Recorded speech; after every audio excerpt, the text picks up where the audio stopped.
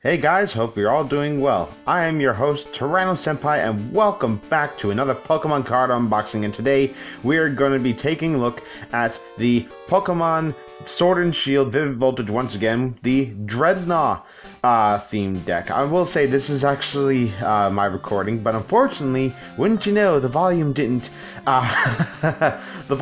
work. So now I'm actually having to talk throughout the recording about what's happening. So yeah, how's that for some good stuff? Not really happy about that, but anyway, the box looks really great. You can see the Drednaw right there in the front of the box. It looks real good, looks really awesome, and it looks pretty decent. I mean, we got the Drednaw themed deck on the side, the back, which tells you what kind of Pokemon we got, Vivid Voltage, Sword and Shield, and there we are back at the front of the box. Okay, so I guess now at this point I'm actually about to open the said box. Alright, it's at this point where I finally opened it up. We have the Drednaw Arena. Pretty much the same thing as Charizard, just a different Pokemon on the front. That's kind of what we get from the front of the box. We also got the little damage counter. Still not exactly used to seeing the 100s, but we got the 10s and 50s and the 100s here, looking all good. And of course, next up, I believe, yep, we have the rule book for any of those who are beginners. And let's see, what else we got? The strategic way of using this deck when you're using Drednaw and all that stuff, so read up on that if you want to use this as your starter deck or whatever. And of course, we have the Drednaw coin. Let me focus that on the camera for you guys a little bit. There you go. Looks real nice. It's all silver and sparkly and all that stuff. And I also brought out the Charizard coin, which was gold, which I'm very happy about. Gold is better than silver. Anyway, and then I decided to flip the coin. Did we get heads?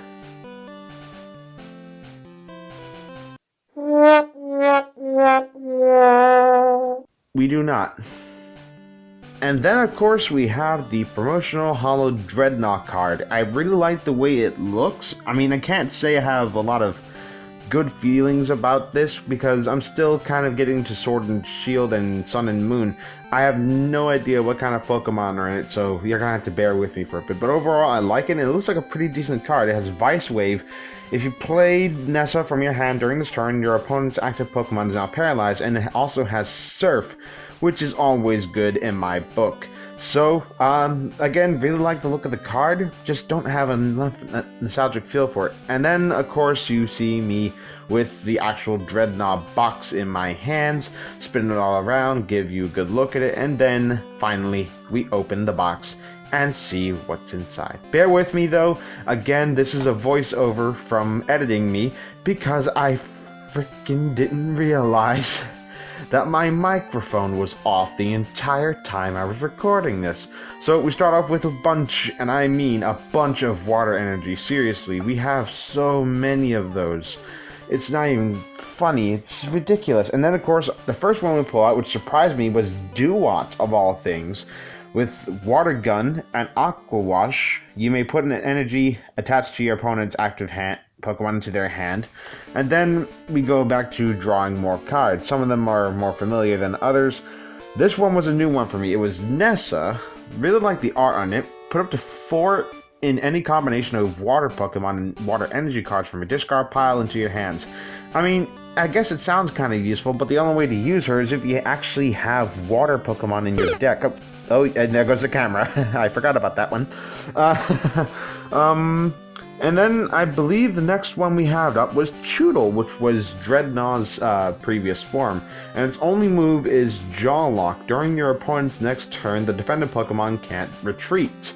It's pretty good. Not gonna lie, that is pretty useful. Not bad just for Pokemon to start out with. And then, of course, we see the person whose name I can never get right, Bede, or whatever the heck their name is, I don't know, and I don't really care. And then we started getting a bunch of stuff like switches and great balls and things like that. Ooh, excuse me. And then we had a Cramorant, which was a new one for me, and it had the move Continuous Gulp Missile. Discard any number of Arrokuda from your bench. This attack does 60 damage for each Arrokuda you discard this way. So basically, as long as you have this, and as long as you have Arrokuda in your discard pile, you can keep using this. And next we drew Samurott, which was like one of my favorite water starter Pokemon, and it's really good too. This was like one of the first Pokemon I collected when I started actually playing with the cards. It has the Shell Armor ability. This Pokemon takes 30 less damage from attacks after applying weakness and resistance. And Aqua Wash. You may put 2 energy attached to your opponent's active Pokemon into their hand. Again, really good card. And then started drawing more random stuff. And then our Arrokuda, which was a new one for me. It has the move Flock. Search your deck for up to 2 Arrokuda and put them onto your bench, then shuffle your deck, and then the move Peck, of all things. Why a water type has a flying type move, I do not know, so don't ask me.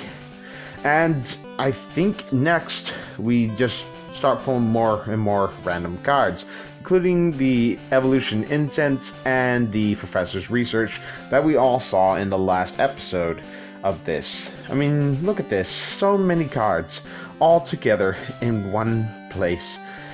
And then next was Oshawott, because how could you not complete the evolutionary chain without that one Pokemon? It has Water Gun and Seashell Attack. Not sure why they couldn't have just gone with Razor Shell or whatever it was. And then the evolutionary incense, there you go. There it is, right in front of you. And then just started drawing more cards. And then Wishy Washy, which I was actually happy to get because it's so cute. It's got the Deep Sea Swirl, shuffle your hand into your deck, then draw 8 cards, and Wave Splash. It's so cute when it's like that. It's adorable. And there is one more new Pokemon we got out of this, and then after that I was just drawing random stuff that didn't really seem of interest at this point. And that was, I'm pretty sure it's coming up now, any minute now. Ah, there it is. The Barraskewda. It has targeted Skewer. With this attack, does 20 damage to one of your opponent's bench Pokemon for each damage counter on that Pokemon, and Jet Headbutt. And pretty much at that point, that was pretty much all the cards in the entire deck. So, without further ado, let's actually talk about what to expect in this deck. And here they are, all the cards lined up. We had 3 Drednaw, 3 Choodle, 2 Samurott, 3 Dewott, 3 Oshawott, 1 Barraskewda, 3 Arrokuda, 2 Cramorant, 2 Wishy-Washy, 2 Bidday, 2 Dan, 1 Evolution Incense, 2 Great Balls, 4 Hops, 3 Nessa, 2 Professor Research, 2 Sonya, 2 Switch, and 18 Water Energy. Overall, I can't say I was overly thrilled with the haul that this thing had to offer, but still, it's more Pokemon for me at the end of the day, even though I'm pretty sure there's less types of cards in this deck than there are in the Charizard themed deck. But anyway, that's going to wrap up the video here. I plan to do more Pokemon card openings, especially the Champions Path box set with the VMAX Charizard thing going on about.